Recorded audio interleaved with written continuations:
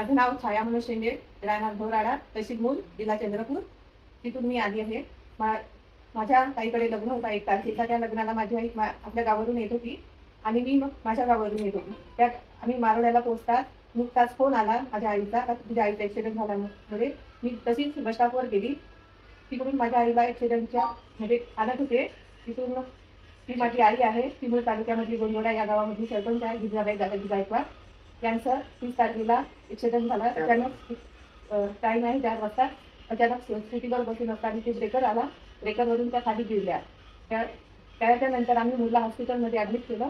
तिथून आम्ही चंद्रपूरला रेफर केलं. रेफर करता तिथं टाके वगैरे बसले आणि तिथं आम्हाला असं वाटलं की आम्हाला समोर काहीतरी प्रायव्हेटमध्ये दाखवावा. तर आम्हाला नागपूरचं आपलं NSCH इथं या दवाखान्याचं आम्हाला माहिती मिळाली.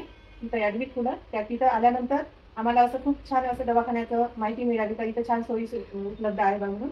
त्याच्यानंतर ॲडमिट केलं. तिथून आयसीयूमध्ये ठेवलं. आयसीयूमध्ये 2 दिवस ठेवतात.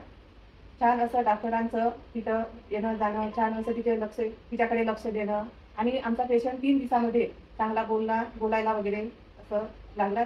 आम्हाला खूप काही आनंद वाटला. तर आम्ही ह्या दवाखान्याची खूप काही असं आम्हाला वाटते की खूप असं चांगलं आहे.